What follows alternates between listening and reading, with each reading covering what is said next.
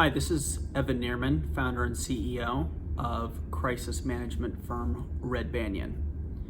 Today is an historic day. This is one that I think many of us who are close observers of the Middle East will look back on and remember as a seminal event that shaped the future of the region.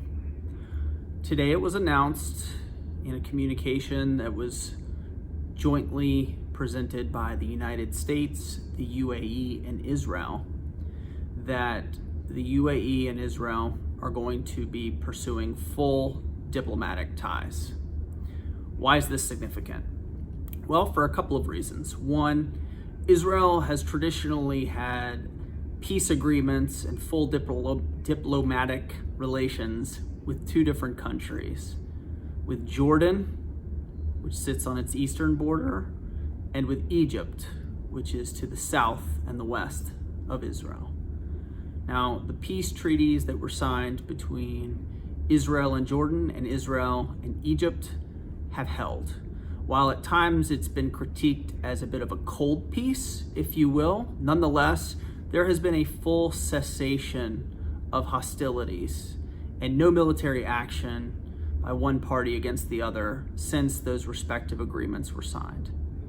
So why is this significant?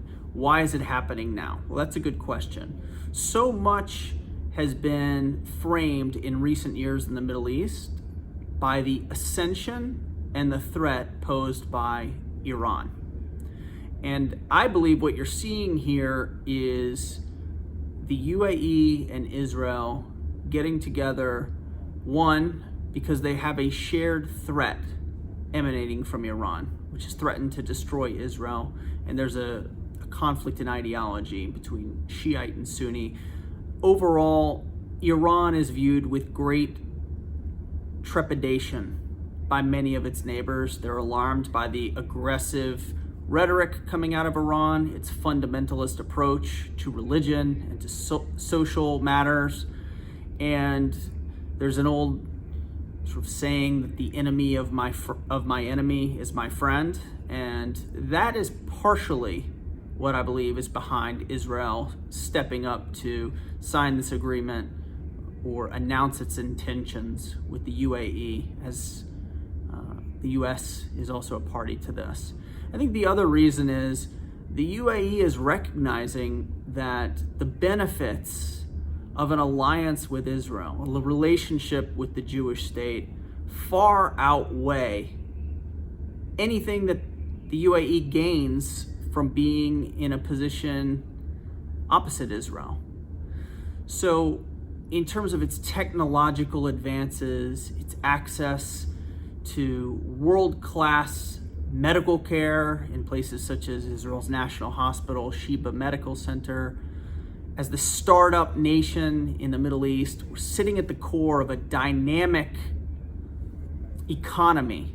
In Israel, what it's been able to do, lacking natural resources, instead relying upon the resource of its human capital, has achieved tremendous things in recent years. And it has become, in many senses, the envy of other countries in the Middle East. Well, now the UAE is going to be able to tap into some of that same technology. They're going to have trade deals that open up between Israel and the UAE. Overall, this is truly a remarkable development. What this shows is, despite all of the criticism that Prime Minister Benjamin Netanyahu has had heaped upon him for many years, for a variety of different reasons, nonetheless, you have to give him credit for cultivating warmer relations with the Arab world. And with this announcement today, it is a sign, it is a signal, and it is a fact that Israel is increasingly being welcomed with open arms by the Arab world. For far too long, for 70 years, since its inception in 1948, Israel has had to contend with military threats from many neighbors who are not just hostile toward Israel, but have actually rejected its right to exist as a democracy in the Middle East. Well, as Bob Dylan wrote, the times they are a-changin'. And I think today should go into the calendars of everyone who is interested in seeing forward progress in the Middle East, seeing more peace, less fighting, more cooperation, less antagonism. This is an historic event.